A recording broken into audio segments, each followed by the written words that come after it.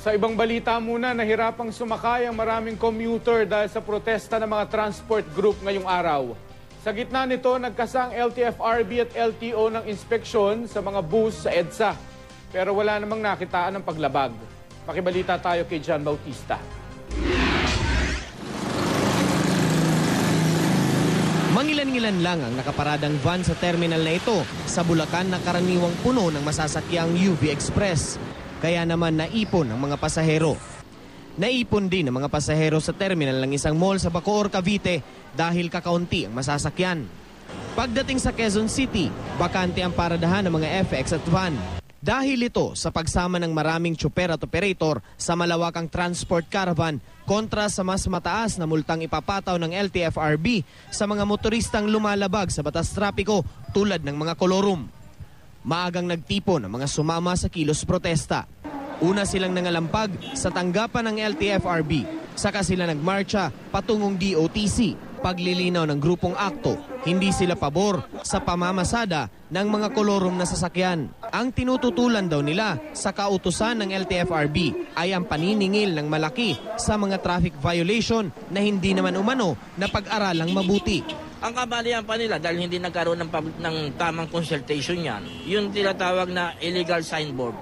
Halos lahat po ng traffic violation ay mga nakapaloob dito. Hindi lamang pinag-uusapan dito yung out of line. Pag-aaralan naman daw ng LTFRB ang ipapataw na parusa sa mga sumama sa protesta. Kabilang sa mga iimbestigahan ang mga jeep na sumali sa protesta nang nakatakip ang mga plaka at body number. Bawal daw ito. Ang ilang tsuper hindi naman sumama sa kilos protesta. Pinili na ring huwag munang mamasada dahil natatakot na mahuli sakaling makitaan ng paglabag. Hanggang 200,000 pesos kasi ang sisingilin sa mga van na maituturing na kolorum. Pinakamalaki ang multa sa mga kolorum na bus na aabot sa 1 milyong piso.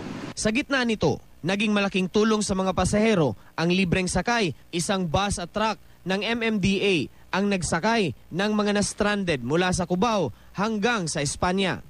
May ilan namang sumakay lang para samantalahin ang libreng pamasahe. Ang iba nga sa kanila, hindi alam na may transport caravan ngayong araw. Sa ibang bahagi ng Quezon City, hindi ramdam ang protesta ng mga tsuper. Halos hindi nga nagamit ang alok na libreng sakay ng PNP. Nag-inspeksyon naman ng LTFRB at LTO sa mga bus sa kahabaan ng EDSA. Ginawa ito sa kasagsagan ng rush hour kaya nagrereklamo ang ilang pasaherong papunta sa trabaho.